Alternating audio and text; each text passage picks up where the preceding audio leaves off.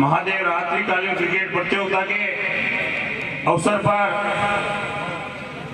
सबसे पहले तो मैं श्री राजेश जी काफी और श्री हरीश जी छाबा को मेरी ओर से नमन करता हूँ।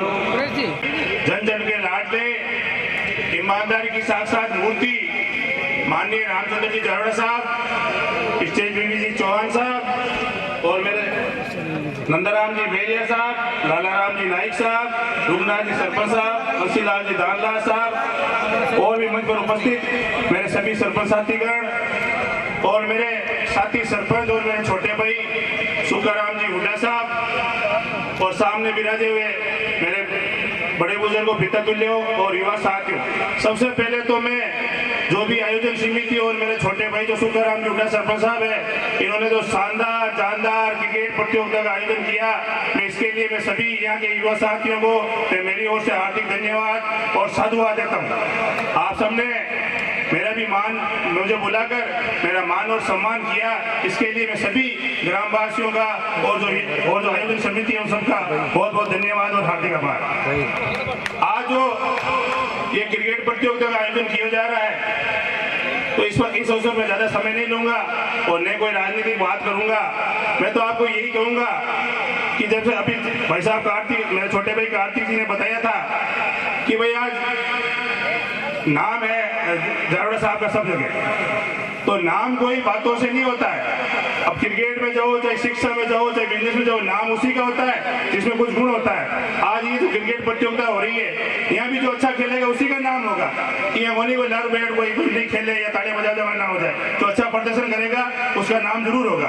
तो मैं और यही उम्मीद करता हूँ जो हमेशा जो अच्छा करता है, चाहे खेल के क्षेत्र में हो, जो शिक्षा के क्षेत्र में हो, चाहे राजनीति के क्षेत्र में, उसका नाम होना चाहिए।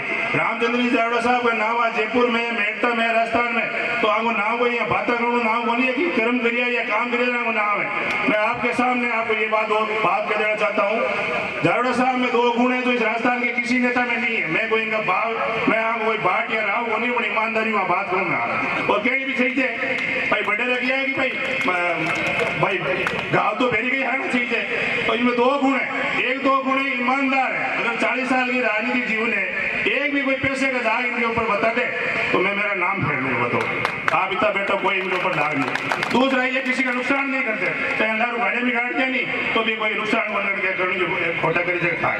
और जीव मत कंट्रोल करना बहुत और है। माँ भी कई बार देगा भाई झाड़ साहब बनना है, मैं भी 2 बार सरपंच देखो 25वीं सदी से देखो, माँ भी देगा झाड़ साहब बनना है, थोड़ी आदत देवा पर मन नहीं देखो मानने उनका थोड़ा पिया दिखा जिसे ढोल जाए मन में तो बाबू माओ कंट्रोल करने बोली।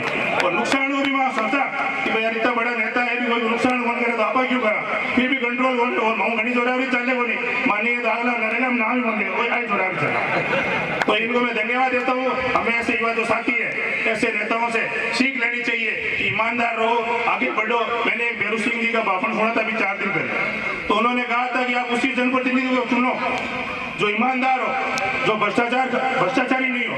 तो भ्रष्टाचार खत्म करना अपने हाथ में, किसी दूसरे के हाथ में नहीं है। अभी 2 महीने बाद चुनाव आ रहे हैं, आप ऐसे जनप्रतिनिधि का चुनाव करो जो भ्रष्ट नहीं हो, जो भ्रष्टाचार से दूर हो।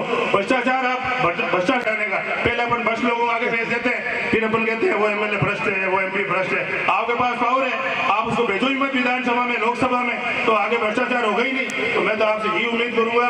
और अब आज ये जो खेल का आपने आयोजन किया, इस अवसर में आपको यही कहूंगा कि अच्छा खेल खेले। खेल मनुष्य के जीवन के लिए उतना ही जरूरी है जितना शिक्षा के लिए जरूरी है। जितना शिक्षा जरूरी है उतना खेल जरूरी है। खेल से आदमी का शारीरिक, मानसिक, बौद्धिक विकास होता है। बिजनेस से और शिक्षा से आदमी नौकरी करके कुछ क्षेत्र में अपना नाम कर सकता है, अपनी तहसील में नाम कर सकता है। लेकिन खेल एक ऐसी चीज है जिससे आदमी अपने घर का, परिवार का, गांव का और जिले का नाम अंतर्राष्ट्रीय स्तर पर रोशन कर सकता है। खेल से आदमियों ने अंतर्राष्ट्रीय स्तर पर अपना गांव का नाम रोशन किया। अभी कई खिलाड़ी भी आपके सामने 1-2 नए खिलाड़ी निकले, रवि बिश्नोई है, कई ऐसे खिलाड़ी जो ऐसे आयोजन से निकले, उनके कोई बड़ा सपोर्ट नहीं था, लेकिन ऐसे आयोजन होते हैं गाँव से, तो ऐसे आयोजन से वो निकले। तो ऐसे आयोजन होने से एक तो भाईचारा बढ़ता है आपस में, जो मन मुटाव होता है वो भी दूर हो जाता है। और जो कई प्रतिभाएं छुपी हुई है गाँव के अंदर, जिनको खेलने का उनके अंदर हौसला है, लेकिन वो कई आर्थिक स्थिति के कारण बाहर खेल नहीं पाते हैं, लेकिन ऐसे आयोजन होने से उनको खेलने का मौका मिलेगा और वो आगे जाएंगे, आगे जाके अपने गाँव का नाम, जिले का नाम रोशन करेंगे। तो जो ये आयोजन किया और आयोजन समिति ने जो आयोजन किया, उनको बहुत बहुत धन्यवाद देता हूँ कि आपने बहुत शानदार आयोजन किया।